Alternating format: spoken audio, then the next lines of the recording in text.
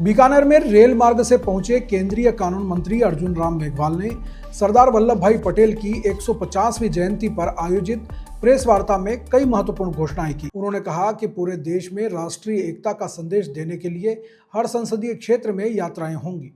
बीकानेर संसदीय क्षेत्र में भी 3 यात्राएं होंगी, जिनमें से 1 नवंबर को सरदार वल्लभ भाई पटेल की मूर्ति से माल्यार्पण कर शहर की यात्रा शुरू होगी। केंद्रीय मंत्री ने बताया कि देहात की यात्रा 15 नवंबर को उदासर से बिछवाल तक होगी, जबकि तीसरी यात्रा अनूपगढ़ में होगी।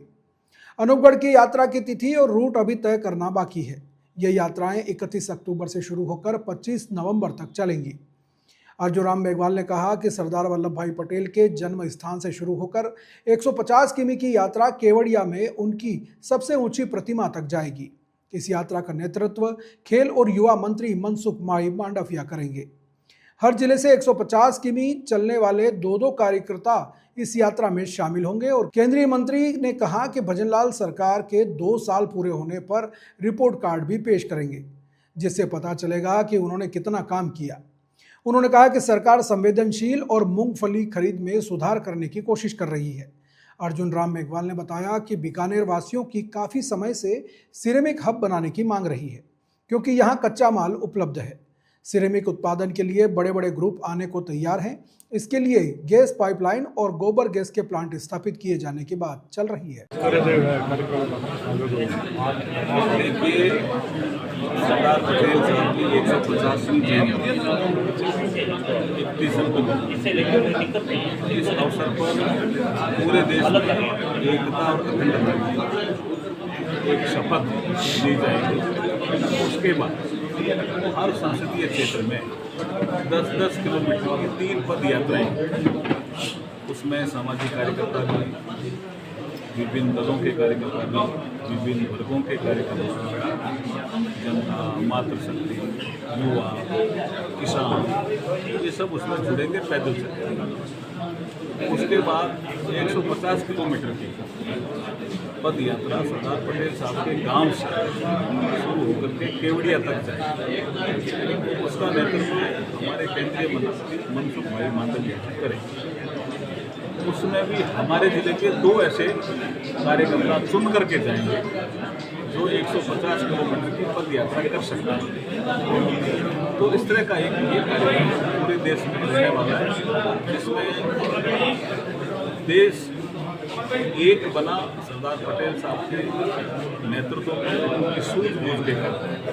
ये यंगर जनरेशन जाने और दूसरा देश एक रहे और श्रेष्ठ बने, ये भावना भी हम युवाओं में करना चाहते हैं। इसलिए इस दिशा में ये कार्यक्रम छठ पूजा पर बिहार चुनाव को लेकर जो बयानबाजी हो रही है उसको लेकर क्या कहें? देखिए, अभी तो राहुल गांधी जो बिहार को लेकर के, छठ पर्व को लेकर के जो बयानबाजी हुई है, ठीक बयानबाजी नहीं है। इससे भारतीय जो आस्था का प्रश्न है छठ पर्व, उसकी भी उन्होंने आलोचना की। और प्रधानमंत्री जो चुने हुए प्रधानमंत्री उनके प्रति उन्होंने अपमान का रवैया अपनाते हुए, व्यंग्यात्मक तरीका अपनाते हुए जो उनकी आलोचना की भारतीय राजनीति में बर्दाश्त करने लायक उनका कमेंट नहीं है। और बिहार के चुनाव में राहुल गांधी जी को मुंह तोड़ जवाब मिलेगा। सर, राजस्थान सरकार के 2 साल होने वाले कानून व्यवस्था को लेकर आक्रामक 2 साल में जो काम हुए हैं पानी और बिजली पर, शानदार काम हुए हैं राजस्थान सरकार के, और 2 साल पूरे होने पर हम पूरा रिपोर्ट कार्ड आपको प्रस्तुत करने वाले। जी। इसके अलावा कल बीकानेर के अंदर हनुमान बेनीवाल आरएलपी पार्टी के है, तो उन्होंने मुख्यमंत्री भजनलाल शर्मा जी के बारे में कई कूट वचन कहे, उसको लेकर आप क्या कहना चाहिए? देखिए, वो अपोजिशन के एमपी हैं, उन्होंने अपनी बात कही है, हम हमारा काम कर रहे हैं, हम लाइन खड़ी करने में विश्वास करते हैं। दीपों का ये पर्व लेकर आया है खुशियों की सौगात। पटेल होंडा की तरफ से दीपावली की आप सभी को हार्दिक शुभकामनाएं। इस दीपावली नई शुरुआत कीजिए एक नई होंडा बाइक या स्कूटर के साथ, क्योंकि पटेल होंडा पर वाहन खरीदने पर मिल रहा है एक पक्का तोहफा।